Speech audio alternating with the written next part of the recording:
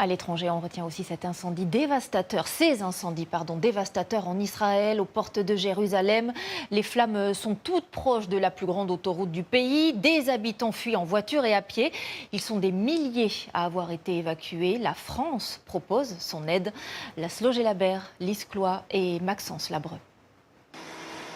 Depuis cet avion militaire qui survole les incendies, l'armée largue du produit retardant.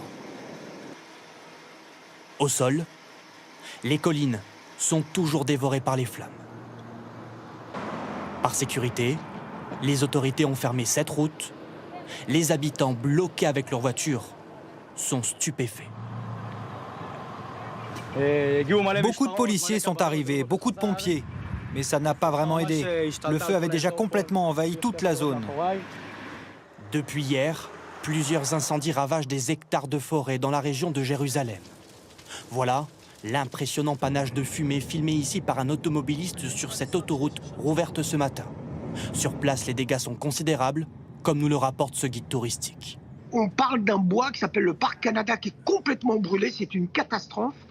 Et on n'est pas encore arrivé à une maîtrise totale. La bonne nouvelle, c'est qu'une partie des habitants sont retournés chez eux. Des milliers de personnes avaient dû être évacuées. Un franco-israélien que nous avons pu contacter vient tout juste de revenir chez lui. Il y a une très très grosse odeur. On ne peut pas être à l'extérieur pour l'instant. On est dans la maison. On a de la chance, la maison est bien isolée. Hier,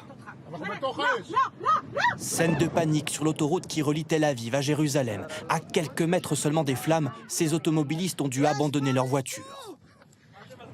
Des incendies attisés par des vents violents et une forte température. Ce matin encore, 163 équipes de pompiers restent mobilisées. 12 avions comme celui-ci larguent, sans relâche, du retardant. Face à cette situation exceptionnelle, le Premier ministre israélien a déclaré l'urgence nationale. La priorité actuelle est de défendre Jérusalem. C'est de la plus haute importance. Israël a demandé l'aide de plusieurs pays. Des avions de lutte contre les incendies, notamment français, seront envoyés prochainement.